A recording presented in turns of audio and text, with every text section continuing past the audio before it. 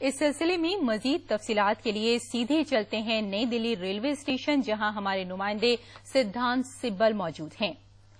जी सिद्धांत, रेल किराए में इजाफे पर आम लोगों का क्या रद्द-ए-अमल है? जी हाँ, मैं आपको आम लोगों की राय बताऊँ तो अभी थोड़ी देर पहले मैं सुबह से ही इस बात पे काफ़ी लोगों से बात कर रहा हूँ, तो वेरिड ओपिनियन है, डाइवर्स ओपिनियन है। कुछ लोग ये भी कह रहे हैं कि नहीं होना चाहिए था और कुछ लोग ये भी कह रहे हैं कि होना चाहिए था, क्योंकि रेलवे की जहाँ तक सिचुएशन देखें तो फाइनेंशियली ठीक नहीं है। मेरे साथ काफ़ी लोग इस वक्त खड़े हैं। सर, आप मुझे बताइए कि रेलवे पैसेंजर फेयर हाइक हुआ है, आपका क्या ओपिनियन है इस पर कि ये होना चाहिए था कि नहीं होना चाहिए था? देखिए, रेलवे को जहाँ तक मैं रेवेन्यू का शॉर्टेज है, but increasing the fare is not the ultimate solution. Railway should think how to increase the efficiency, कैसे रेवेन्यू बढ़ाया जाए। फेयर इंक्रीज करना सबसे इजीएस्ट वे है, but that is not the ultimate solution. कभी और भी सोल्यूशन से रेलवे की एफिशिएंसी बढ़ा के रेवेन्यू इंक्रीज कर सकती थी गवर्नमेंट, बट गवर्नमेंट ने वो नहीं करके स्टेट सिंपली जो इनके लिए इजीएस्ट वे था फेयर बढ़ा दिया। तो और भी सोल्यूशन जो और बात करते हैं। सर, आप बताइए, आपका क्या ओपिनियन है इस बात पे?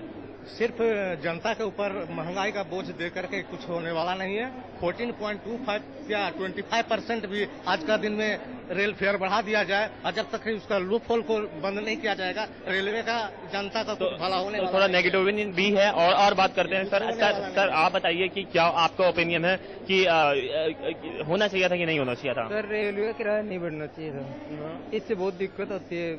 यहाँ पर स्टूडेंट्स को भी पेपर वगैरह देने जाते हैं तो बहुत ज्यादा परेशानी हो जाती है। सर, आप बताइए, आपका क्या ओपिनियन था कि ये होना चाहिए था?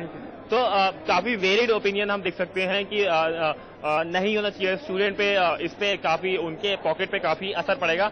मैं आपको थोड़ा इसका बैकग्राउंडर बता देता हूं कि जो पैसेंजर फेयर हाइक है ये 2-3 साल में प्रोसेस शुरू हुआ है। पिछली सरकार ने एक रेलवे टैरिफ अथॉरिटी की घोषणा की थी, वो बन भी गई है अथॉरिटी। वो basically tariff price rise decide करेगी। एक एडवाइजरी बॉडी है, अभी तक वो एक बोर्ड बना है, बट उसमें पावर्स नहीं है। उसके लिए हमें रेलवे एक्ट 1989 को अमेंड करना पड़ेगा। जहां तक इस सरकार की पॉलिसीज होंगी, वो एक तरफ से रिफॉर्मिस्ट पॉलिसीज होंगी रेलवेज को लेकर। जब प्रेसिडेंट की स्पीच हुई थी पार्लियामेंट में, काफी फोकस रेलवेज पे भी था। एक डायमंड क्वाड्रिलेटरल जो 4 महानगरों को जोड़ेगी, एक सुपरफास्ट ट्रेन की बात करी गई थी, बुलेट ट्रेन की बात करी जा रही है। चाइना और जापान से हेल्प की उन्होंने हेल्प की पेशकश भी दी है। तो काफी रिफॉर्म पॉलिसी है। ये जो कल जो रेलवे प्राइस हाइक हुआ है, ये एक एक्सपेक्टेड लाइन पे था।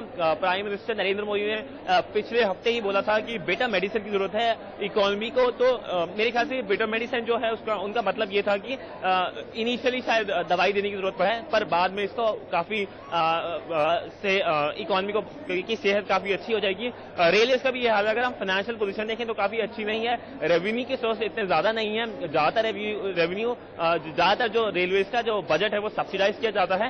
तो रेवेन्यू के नए नए ऑप्शन ढूंढने पड़ेंगे। उनमें से एक ये है पैसेंजर फेयर हाइक। अदर ये है कि अगर रेलवेज को अगर एक लॉजिस्टिकल सपोर्ट के लिए इंडिया के अंदर यूज करा जाए तो काफी फायदा हो सकता है। जी सिद्धांत, बहुत बहुत शुक्रिया इस तमाम मालूमात